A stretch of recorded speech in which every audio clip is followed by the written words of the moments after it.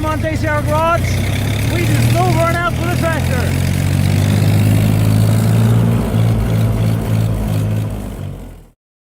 Yeah, no, that's not what we're doing. I shot that video, it was, quite a while ago actually. It was middle of December. Planned to have that video out around that time. But, turned out December was not a good YouTube month for me. So, first, the internet fell out. Was gone for about a week. Then, came back, edited up the video, and just as the video was getting finished rendering, power outage. And my computer doesn't have that good of a battery, so it died. And corrupted all the files except that one. So, that video didn't happen. And then, well, more time went and the internet fell out for another couple of weeks. So, I basically just took myself a nice long Christmas vacation. And in the meantime, I started another channel. It is not a channel that's going to be international. It's just a Norwegian channel. So, unless you know Norwegian, you're not going to understand it. And I'm working on that a little bit, so I took a little vacation from this channel. But I'm back, and the internet's back, and all the power's back.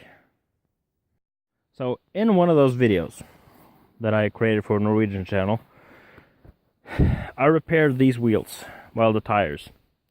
If you remember, the last actual video I posted was me complaining about these tires being completely gone. They still are gone, but I stopped them leaking air. I figured out that all the valves were leaking, either from the valve itself or from the bottom of the, well, where it goes into the rim. So, I had a friend of mine get a hold of a couple of valves, and then I replaced them out here in the snow using this, and a 2x4, and a knife, and a pair of pliers. It wasn't an easy job, and it took about 3.5 hours to do 3 wheels, because I didn't have to do the last one because it was still fine. So, the Granada is back up and operational, and I don't have to spend about a tank of gas to run that tiny little, I have it in here somewhere, compressor to fill up all wheels before I go. So now I can just hop back in and drive it, which is a nice thing. So this is of course the tractor I was using, well, at the start of this video. It's a massive Ferguson 135. My uncle owns it, and he wrecked it a couple of years ago. Might have been last year. He jumped off of it and had forgotten to put the brake on, so it rolled away down a hill into a tree. A bunch of trees. It whacked pretty much everything crooked. That wheel is bent, so it's flapping like this when we drive it. He bent that rod. As you can see, we welded a sleeve on it there. And actually this one too. Bent both steering rods. And took out the exhaust, so that one's brand new. Took out the windscreen and took out the steering wheel. Took out a lot of parts actually. So at this point, it's, well, it's never going to be a comfortable thing to drive in the snow, because, you know, there's nothing here, there's nothing back there. But the windscreen would have helped a little bit. But now you get snow drifting in and everywhere. And we have this old snowblower. It's rusted, so the snow sticks to it. But at least it works good enough for me to clear the snow out of here. At least some of it. And that was going to be part of the video I was going to shoot, but, well, didn't want it to happen that way, apparently. So I apologize greatly for being gone for well over a month, actually. But there hasn't really been anything exciting happening here. You know, fixed Granada. I haven't really used it since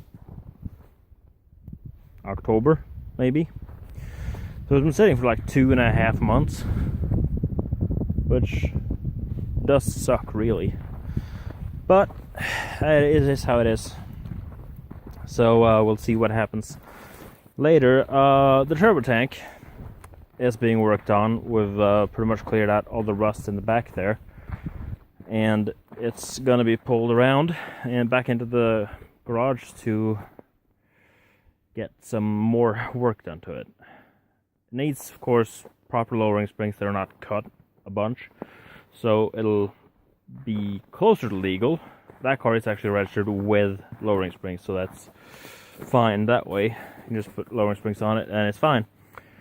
But it's gonna need those back on, and we only have 3 because he cut one of them to save himself. And the 240, nothing's really happened. It's tether for the Christmas tree. Yeah, that was actually part of that video that I shot in December. Because I put this tree up December 3rd. And had to put a hole in the ground to put the tree into. And didn't want to stand there, obviously. I didn't put it far enough down. So I decided to tether it to the 240 and to that post. That worked. Put some water on the ground to make it freeze up. That worked fine. And then I parked the 240 here. And that hasn't been touched in a month. Apart from today when I went to see if it wanted to cold start. And well, it's been sitting a month. It's 5-degree weather. But it fired up really easily. I did that for a video on the Norwegian channel. So I'm probably not going to do it again here because the engine is, well, warmer now than it was then. But I can edit in the clip of me cranking it.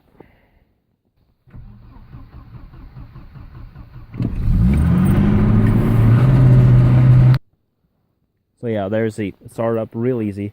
1 month of sitting. Well, right now it's 5 degrees negative.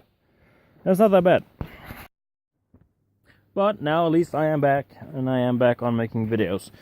That video series I made first here with car stories. I did have a video for that too. That's also gone. So the car stories episode is going to be a bit late because I'm going to have to reshoot it. No, it's going to be a bit late. It's several weeks late already. But it's going to be back coming up now soon. It is a pretty... well, to me, right as it happened, it was kind of hair-raising. It was on a racetrack with a friend of mine's Audi. A4, you know, B5 kind of thing. 1.8 turbo that he put 18s on. And a locking, well, vacuum locking diff in the rear axle. And first thing you try to do was donuts. And that didn't work so well. Because the first thing that happened was lots of revs, then a snap, then loads of things rolling, and the car didn't move. Because he snapped both front CV joints. So we ended up taking that car in, pulled the center diff out of it, welded that one, and then just removed the half shafts in front. So we ended up with a rear-wheel drive 1.8 turbo Audi. It was fun enough, and I had it on track, trying to drive it, and I was told to be nice to it. It didn't really work right as it was.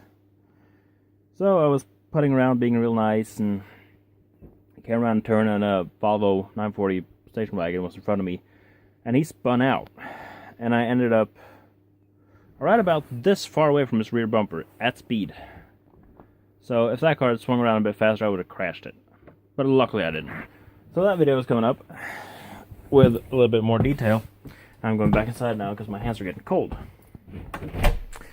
So, I think I'll just end it with that. So thank you very much for watching. You can like, comment, and subscribe down below, and I'll see you later.